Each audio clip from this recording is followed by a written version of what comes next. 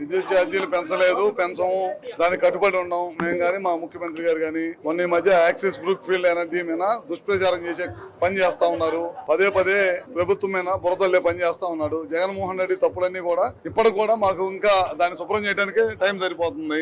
అతను పూర్తిగా విద్యుత్ శాఖను దుర్వినియోగం చేసి వదిలిపెట్టాడు.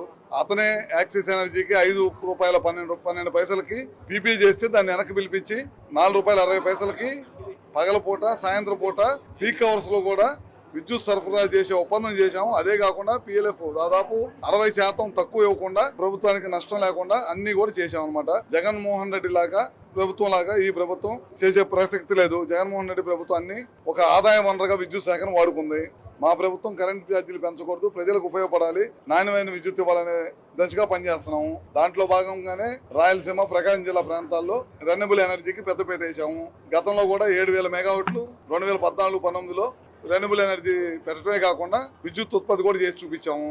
అదేవిధంగా దేశంలో ఇప్పుడు మన రాష్ట్రంలో రాయలసీమ ప్రాంతం పూర్తి అనుకూలమైన ప్రాంతం కనుక తప్పకుండా రాబోయే రోజుల్లో రెన్యూబుల్ ఎనర్జీకి పెద్దపీట వేస్తామని చెప్పి కూడా ముఖ్యమంత్రి గారు పదే పదే చెప్తున్నాడు. దాంట్లో భాగంగానే తప్పకుండా చేస్తాం.